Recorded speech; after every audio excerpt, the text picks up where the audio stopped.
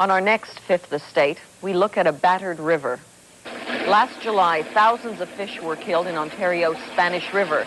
It's a problem that goes back almost 40 years. The river is a dump to them, and they don't care, as far as I'm concerned. It's just an easy way to get rid of their crap, that's all. The Fifth Estate, Tuesday at 8:30 in Newfoundland on CBC Television.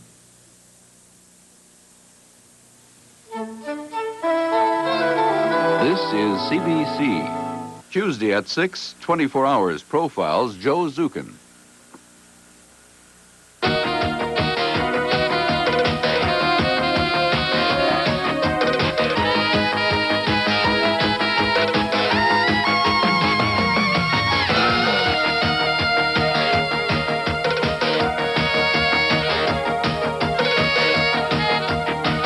Welcome to CBC Late Night. I'm Ben Gordon. We're going to be showing some of the best movies from what are often called the golden years of Hollywood. We're starting with the films of Hollywood's most celebrated studio, Warner Brothers. They broke the sound barrier in 1927 with The Jazz Singer and went on to make some of the greatest films of the golden era. Each week will be devoted to a star or a theme. Betty Davis, 30s musicals, or Hollywood's Russia, for instance.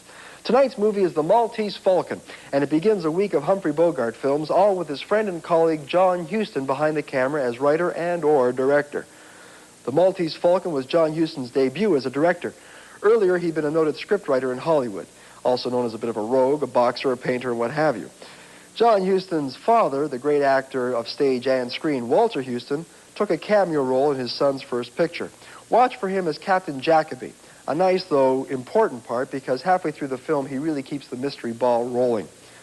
The lead part of Sam Spade was not initially Humphrey Bogart's. George Raft turned down the role as being, quote, just a gumshoe and a goddamn remake. After all, this was the third filming of the Dashiell Hammett book. In the 30s, Raft had been a much bigger star than Bogey in similar tough guy roles, but George Raft never showed very good career judgment.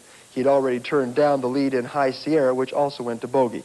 That decision marked the beginning of Bogart's rise to stardom. So here is The Maltese Falcon, released 42 years ago this month, just a few short weeks before the events of Pearl Harbor. Heroes and villains would soon be wearing uniforms instead of fedora hats and trench coats. They'd be pursuing victory and peace instead of the Maltese Falcon.